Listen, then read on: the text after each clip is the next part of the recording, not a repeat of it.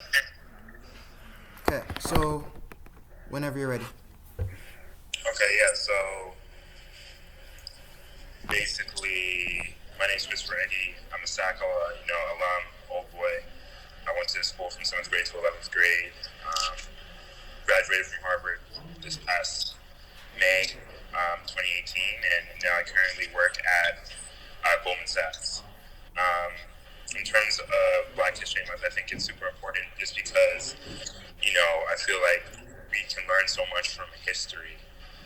In particular, when you think about the Black experience and the Black experience in Canada, more specifically, um, one thing that comes to mind is the diversity of experience. I feel like often when people think about Blackness, they think about it as a monolithic experience where there's a one type of Black person, with certain types of traits. But then when you think about it, when you read about Black history and the depth of the Black experience, you learn about the background of the different people from different parts of the Black diaspora. Then you realize that Blackness is a multitude of things. You can be African Canadian, you can be from the Caribbean, you can be direct from Africa, you can be a descendant of slaves. Those are all disparate experiences. You can be an artist, you can be an athlete, you can be an academic, but all disparate experiences.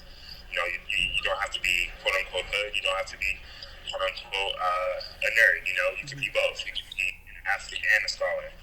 So what it means to be Black is very varied, and I feel like Black History Month and learning about the stories of the people who came before us and learning, reading their art, learning about their experiences, learning about their struggles, their trials and tribulations of what it has meant to be Black, throughout the course of history, whether that's colonialism, slavery, you know, indentured servitude, all those different components of what has, historically set, Black people back in society.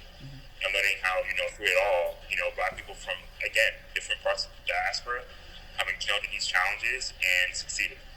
I think that's kind of what Black History Month is to me, being able to place my struggle in context of the struggle that's come before me, and using that as a leverage point to understand that, one, I'm Black and that's beautiful, and then two, um, things will get better as long as we keep on working, and three, that there's so much more work that needs to be done still. Um, and then in terms of, what was the second part? Um, like how you brought your passions to life. Yeah, how to bring my passions to life. Yeah, so in terms of bringing my passions to life, I think the biggest part for me has just been, again, one, rooting myself in history and seeing that people have come before me and done these things, and then two, just realizing that all it takes to do to bring your passions to life is to actually actively pursue that, right? Mm. A lot of times you see big things that people are doing, and people are doing them for 30 for 30. It's like, oh, how people are so young, how are they doing this? And it's like, sometimes you just have to say I want to do this and actually start doing it, right? A lot of times we put things off. We say, we gotta be patient, we gotta wait for our time. But especially in this current generation where technology is kind of a level to playing field, where as a high school student, you probably know a lot more about some of the most important technologies than I do, and definitely like a 50-year-old would. Um, you have a skill set that is superior oftentimes to the people who are older than you, which enables the world to be flatter, enables you to pursue that change that you want to see more rapidly. So yeah, I think just not being afraid and just honestly just taking the plunge. Yes. As my coaches used to say, we're not dipping our toes in, we're all in. I think that's kind of how I've been able to kind of, bring my visions to reality. And, just again, also finding a great team and putting a great group of people around you who believe in you and always push you to be great.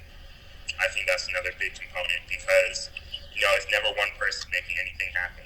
For example, with this No More Names project, we have people on each campus planning events. We have people from a bunch of people at Harvard. We have a bunch of mentors and advisors from across the country. We have people from OVO helping us. We have people from all over, coming together and helping us make this happen. And understanding that the team is what makes success, what makes visions come to life, not individuals, is huge. And then also understanding that everybody has a role.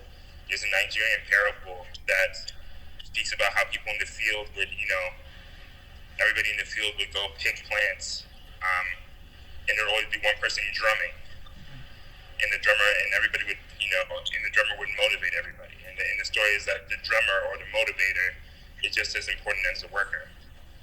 And understanding that everybody has that role and placing people in those roles and letting them be themselves, I think, is another way to bring, dreams to reality. So, Perfect. I think, yeah, that's all.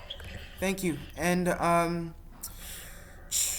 okay, so now I have some questions. So these were from the council, and they're recommended. So let me see which ones.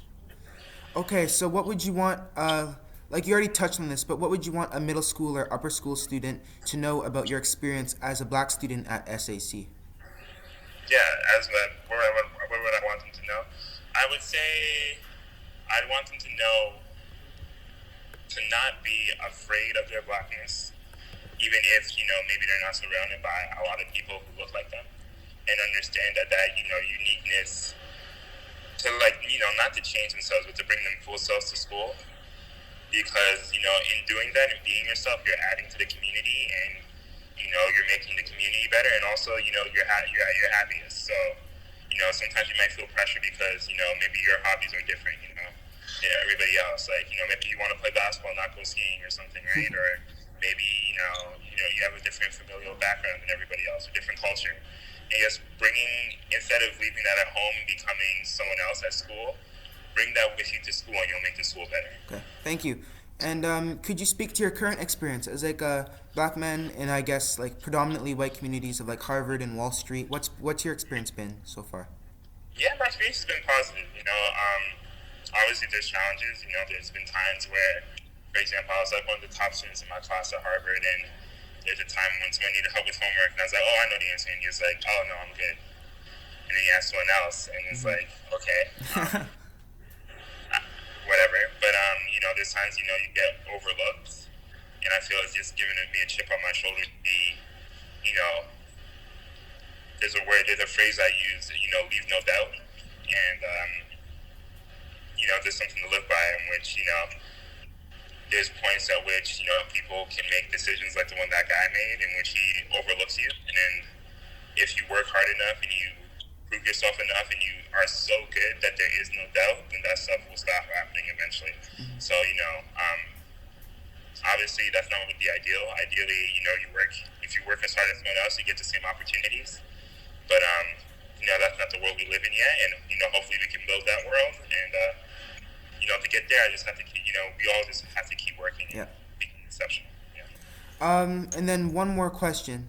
So, it's my first time reading it. I'm gonna take a look at it quickly.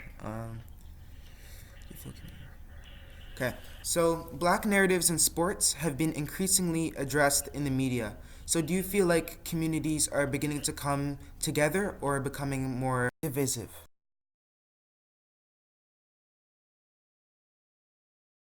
I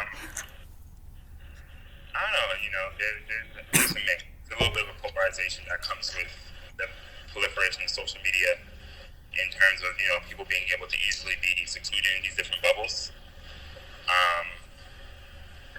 So I think there's a mix. I think social media bonds us in consensus, and I feel like, people have really had their eyes open. For example, I've really had my eyes open in terms of discussions around the LGBTQ community or the Native American community, and their struggles. And those are some things that I've become a lot more aware of. Intersectionality, the struggle of the Black woman. Those are things, I've had my eyes open about through social media and through some of these discussions happening. But also there's a little bit of an echo chamber effect in which, the people that you're following, the people that you're friends with are all people who think like you. And I think that's created kind of a polarization where, people on either side of the aisle kind of only speak amongst themselves, and I think that's created a little bit of a divisiveness. So,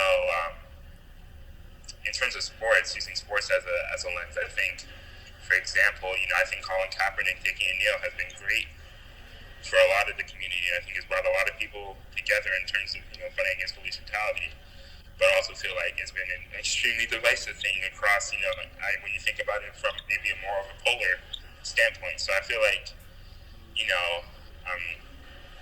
it's hard to give a definitive answer there. I think it's a bit of both. Okay, cool. Thank you. Okay, I think that's all. It's perfect. Okay, Okay. thank you. Thanks, Chris.